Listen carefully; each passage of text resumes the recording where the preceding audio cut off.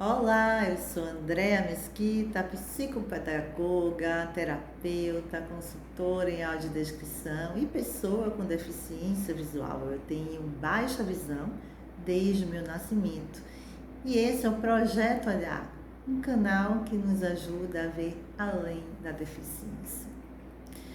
Eu gostaria de começar fazendo um breve histórico sobre o paradigma acerca da deficiência e das pessoas com deficiência. Houve um momento em que essas pessoas eram totalmente segregadas, elas viviam presas em casa, escondidas. As famílias tinham vergonha, se sentiam culpadas de ter um membro com algum tipo de deficiência.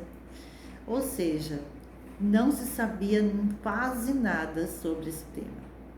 Depois a gente evoluiu para um novo olhar, uma necessidade de cuidar e de educar dessas pessoas, que foi sim um avanço, só que ainda de uma forma marginal, né? Essas pessoas ficavam em instituições, escolas especializadas, ainda segregadas do restante da sociedade e até mesmo de seus familiares. Avançando mais um pouquinho na história, a gente entra no modelo social, que aí sim foi um boom, né, nesse paradigma, que inverteu a lógica. Então, enquanto que o modelo médico via o sujeito com uma deficiência, uma não funcionalidade normal, o modelo social trouxe o inverso. Olha, a sociedade que não está oferecendo acesso para que essas pessoas possam conviver entre nós. Então, a partir daí é que a gente vem trilhando esse caminho até o momento atual, que é a inclusão. Então, eu considero que estamos assim transitando ainda, mas já conseguimos muita coisa. Nós temos hoje a LBI, a Lei Brasileira de Inclusão. Nós temos várias disposições, normas, projetos de lei, políticas públicas voltadas à pessoa com deficiência, mas é preciso que a gente desenvolva muito mais. É pensando nisso que eu quero trazer essa reflexão com você aqui sobre o que seria uma escola integradora e uma escola de fato inclusiva. E para isso vamos pensar nesses dois termos, né? A palavra integração pressupõe uma reunião de coisas. Pressupõe tornar algo inteiro. É o que a gente já viu acontecer. Hoje em dia a sociedade sabe, existem pessoas com deficiência visual, auditiva, física, intelectual, dislexia, TDAH, autismo e todas as outras, né? A sociedade sabe, isso não é segredo para ninguém. Isso é integração. Parece que a gente colocou luz e todo mundo está sendo visto. Só que a inclusão engloba a integração e vai muito além dela. A palavra inclusão pressupõe uma transformação. Vou dar aqui um exemplo bem basiquinho para que você possa chegar no que eu quero que você entenda junto comigo. Sabe quando você vai fazer um bolo, você diz assim, eu vou fazer um bolo de amendoim. Então, no modelo de integração, você faz a massa e adiciona amendoim, adiciona castanha, né? Adiciona frutas cristalizadas, o que você quiser e mistura um pouquinho, bota no forno e sai um bolo maravilhoso. Se eu não gostar, né, de castanha, enfim, de algum ingrediente ali que foi incorporado, que foi adicionado, eu posso tirar e comer aquele bolo que a massa vai estar íntegra, né? A massa vai estar íntegra, enfeitadinha ali com esses outros ingredientes. Esse é o modelo de integração. Já no modelo de inclusão, essa massa é completamente modificada. Eu pego o amendoim, a castanha, as frutas cristalizadas e bato junto com a massa. E essa massa se torna uma coisa diferente.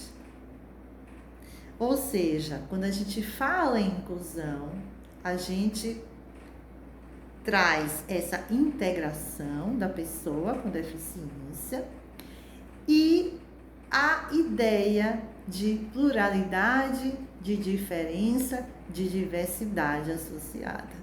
Então, essa sociedade não pode mais ser a mesma de antes. Eu não posso mais pensar a vida em comunidade como eu pensava antes, se existe Andréa com deficiência visual, fulano com deficiência auditiva, entende? Então, a inclusão, a palavra inclusão traz um contexto de incorporação e a transformação em algo novo. Então, a inclusão é um novo paradigma de sociedade, de ser, de sujeitos, de mundo, de convivência, de relacionamento, de pensar a educação. Então, dito isso, eu vejo com frequência escolas com práticas muito integradoras, mas pouco inclusivas. Como seria isso? Vamos pensar? Quando a gente pensa em integração, o que é que vem primeiro? Adaptações. Então, vou adaptar o material, até mesmo prova, currículo, para poder fulaninho, fulaninha poder estudar nessa escola. Adaptações. Então, muitas vezes existem salas muito multifuncionais, né? Ou aquele departamento específico na escola para as pessoas especiais, que não se usa mais esse termo, né? Então, assim, existe um grupo que funciona de determinada forma e existe esse grupo das pessoas com deficiências especiais que funciona de uma outra forma. Então, sim, tem muitos professores, educadores, coordenadores, diretores que com muita boa vontade, empatia, humanidade mesmo, fazem muito bem esse trabalho de integração. Mas não é ainda a escola inclusiva, porque a escola inclusiva nos traz um novo conceito, uma nova concepção de educação, e de escola, e de metodologia, e de currículo, e de pedagogia, e de avaliação, e de relações, e inclusive de estrutura física, né? A escola inclusiva envolve todos os atores que estão ligados a ela, os alunos, os professores, a coordenação, os demais funcionários, a direção, as famílias e a comunidade em seu entorno também. Então, a escola inclusiva não está solta apenas pela boa vontade, cuidando daquele aluno com deficiência que chegou, né? Outro aspecto da escola inclusiva é uma mudança de olhar para as necessidades e potencialidades do sujeito, mas não do sujeito com deficiência, para os sujeitos. Porque tem fulaninho que é mais sinestésico, que precisa de uma aula mais prática, de manusear os materiais na aula de matemática, por exemplo. Precisa tocar no mapa para poder entender as regiões diferentes do país. Não necessariamente ele tem uma deficiência.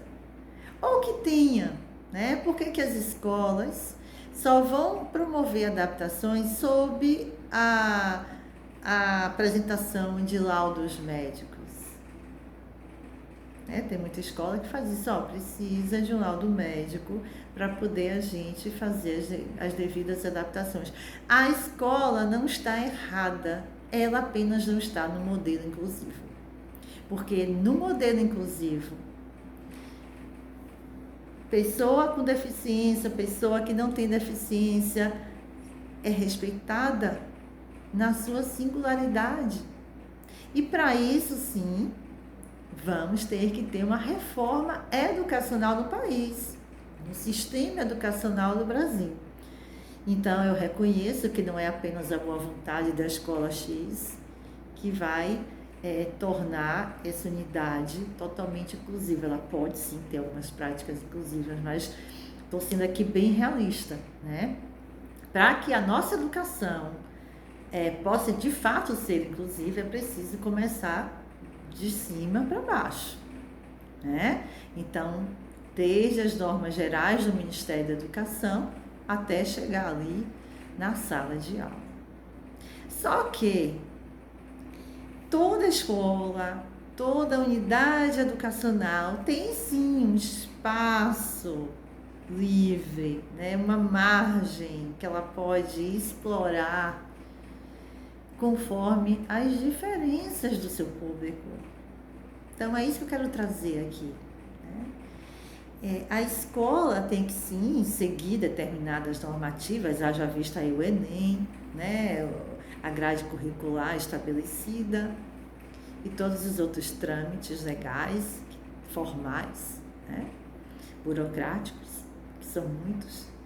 Mas existe, sim, umas resoluções que a escola pode resolver fazer, umas modificações, inclusive físicas, né? De como eu vou estruturar essas séries, como eu vou estruturar os alunos no prédio escolar, como eu posso fazer essas unidades, 4 unidades, 3 unidades, 2 unidades, né? Como é que eu posso fazer essa avaliação? Eu tenho que fazer uma avaliação, eu tenho que atribuir a nota, e como? E não é só vou facilitar para a pessoa que tem deficiência, não. Como eu posso promover uma educação inclusiva que ajude todos os sujeitos da escola, com cada um com suas especificidades, a se desenvolver mais, a explorar suas potencialidades, a aprender o conhecimento e a realidade à sua volta, a ser um cidadão na sociedade macro. Então, para mim, essa é a verdadeira escola inclusiva. E não apenas fazer adaptações. Sim, lembra do que eu falei. Uma escola inclusiva começa pela integração. Sim, eu aceito o seu filho com deficiência, não somente porque é lei, mas é porque eu entendo que uma escola é um recorte da sociedade. E como tal, é uma comunidade plural e diversificada. Não, na minha escola eu não aceito pessoa com deficiência porque eu não tenho condição. Essa escola não está, de fato, cumprindo o seu papel. E eu não estou nem entrando aqui no mérito de a escola ser vista como uma segunda casa, uma segunda família, que isso é uma coisa mais antiga, mas que muitas pessoas ainda têm essa ilusão, né? Ah, vou colocar meu filho na escola para poder ele aprender moral, né? A ser uma pessoa ética. Aprende na escola, aprende em casa, aprende com a vizinhança, aprende na igreja, aprende em outros âmbitos, tá? Então, aprender a respeitar a lei vai além apenas do papel da escola, né? Ser uma pessoa ética, digna, cidadã, vai além do aprendizado que a criança possa ter na escola. Mas sim, a escola é um retrato desse macro. Então, como tal, a escola precisa refletir um pouco do que é essa sociedade. Sim, então a escola vai ter um público, uma comunidade plural, quer seja de gênero, quer seja de gostos, quer seja de necessidades, quer seja de potencialidades, quer seja de deficiências, quer seja de características. Então, a gente ganhou um rótulo, né? Esse grande guarda-chuva, pessoa com deficiência, que eu acho que, para o momento que a gente está, foi uma coisa boa, porque, como eu disse, trouxe visibilidade, trouxe leis, trouxe direitos, Mas no fundo não existem pessoas com deficiência, existem pessoas, né? E cada um com sua forma de ser. Então, escola inclusiva verdadeira respeita a singularidade de cada sujeito e trabalha em prol do seu desenvolvimento e trabalha em prol do desenvolvimento da sociedade a partir desse treinamento, né, desse ensaio, dessa pequena vivência que acontece durante os anos de escolarização. Então, é isso que eu queria deixar aqui, essas ideias. Fica aí a pergunta, né? Você é educador, como é que está sendo esse processo aí no seu trabalho? Que paradigma está regindo o seu fazer? É o paradigma inclusivo ou ainda um paradigma que fica lá na base, que é a integração? Não é fácil, né? A gente realizar essa inclusão, vai dar trabalho, é preciso preparar esses professores, todo o corpo de coordenadores, os demais profissionais que atuam na escola, a conscientização dessa família, dos alunos, mas sim, vai dar trabalho, mas é possível. Não de um dia para o outro, mas eu entendo que isso é uma construção. Cada dia a gente aprende um pouquinho mais sobre isso e coloca um tijolinho nesse grande ideal. E com certeza, cada vez mais a gente vai ter mais tijolinhos para acrescentar. Sim, estamos avançando, quero celebrar isso, mas quero instigar a todos nós a irmos além dos nossos próprios limites e, de fato, instaurar a inclusão em nossas vidas, em todos os âmbitos da sociedade, na escola, na nossa convivência. Então, me coloco aqui à disposição. Então, eu faço atendimentos psicopedagógicos de orientação às famílias de pessoas com deficiência visual, também junto às escolas, aos professores, a como fazer essa inclusão, as adaptações. Também realizo atendimentos terapêuticos com pessoas com deficiência visual e sou consultora em audiodescrição. Então, qualquer coisa, entre em contato, se quiser mandar uma mensagem, trocar figurinha sobre esse tema, vou adorar conversar com vocês sobre isso.